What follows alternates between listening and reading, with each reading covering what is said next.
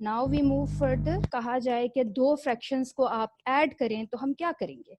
हम वैसे तो हमारा तरीका ये है कि हम एलसीएम लेते, राइट? और एक तरीका हमारे पास ये है कि हम ऊपर नीचे मल्टीप्लाई और डिवाइड कर दें, ठीक है? x माइनस वन, ये एलसीएम ही हो गया ना, x प्लस टू और x माइनस वन। इधर हमने मल्टीप्लाई और डिवाइड कर दिया x प्लस टू से, कि यहाँ पर आया 3x minus three. Numerator denominator same थे हमारे पास, डिनोमिनेटर सेम होने की वजह से न्यूमरेटर्स ऐड हो गए और रिजल्ट आ गया ये। हमने क्या किया है कि इन दो को सम करके क्या बना दिया है, एक रिजल्टेंट फ्रैक्शन बना। Sum of two rational fractions is equal to a single rational fraction.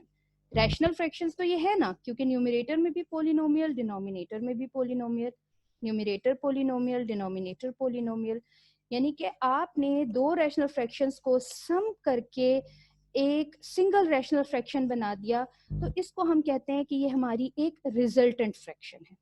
Okay, अब हमने करना क्या है, हमने यहां से स्टार्ट लेना है, reverse process of addition of algebraic expression करना है।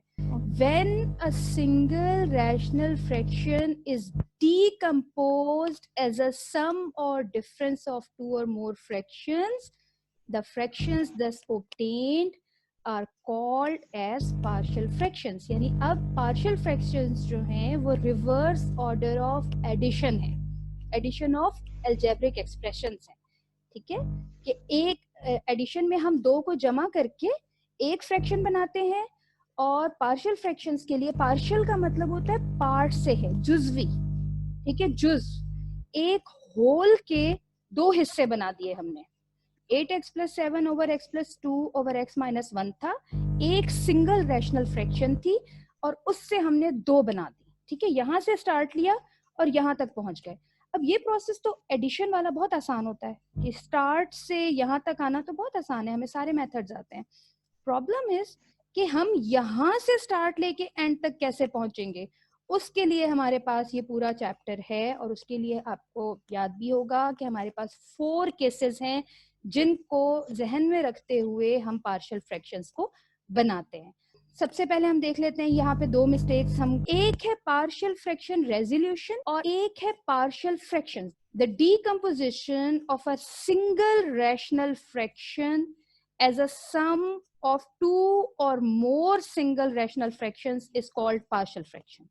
जब आपने डीकम्पोजिशन का वर्ड यूज कर दिया, आप किसकी बात कर रहे हुए? आप एक प्रोसेस की बात कर रहे हैं, ठीक है? जब डीकम्पोजिशन हो रही है तो एक प्रोसेस हो रहा है, तो इस पूरे प्रोसेस का जो नेम है वो पार्शियल फ्रैक्शन रेजोल्यूशन है, पार्शियल फ्रैक्शन डीकम्पोजिशन है, और इसको पार्शियल फ्रैक्शनिंग भी कहते हैं, लेकिन सिर्फ पार्शियल फ्रैक्शन नहीं कहते, ठीक है?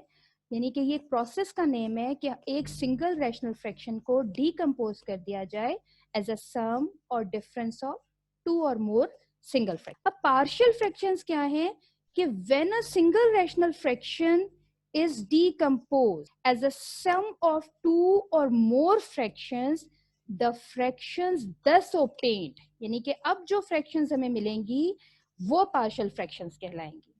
यानी जब सिंगल फ्रैक्शन आपकी डीकम्पोज हुई into the sum of two fractions या इससे ज्यादा फ्रैक्शंस में जो फ्रैक्शंस हमें मिली, इसके लिए हम वर्ड यूज करते हैं द फ्रैक्शंस दस ओब्टेन्ड, फ्रैक्शंस हमें हासिल हुई, वो पार्शियल फ्रैक्शंस कहलाता। और decomposition of a single fraction into a sum of two or more fractions is called partial fractioning या partial फ्रैक्शन रेजोल्यूशन, ठीक है? रिजॉल्व करना, रेजोल्यूशन या पार्शियल फ्रैक्शन डीकम्पोजिशन, ठीक है?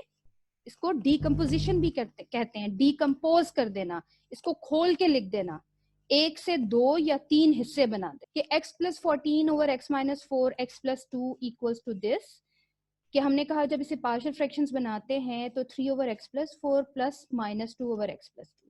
तो ये जो आपके पास फ्रैक्शन है होल जो इक्वेशन के लेफ्ट हैंड साइड पर है, इसको हम रिजल्टेंट फ्रैक्शन कहते हैं, right?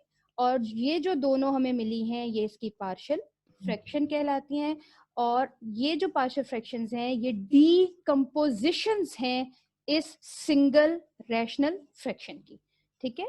Each of the two fractions on the right is called a partial fraction, कि इन दोनों फ्रैक्शंस में से हर एक पार्शियल फ्रैक्शन कहलाएगी। The sum of these partial fractions is called partial fraction decomposition of the rational expressions on the left hand side.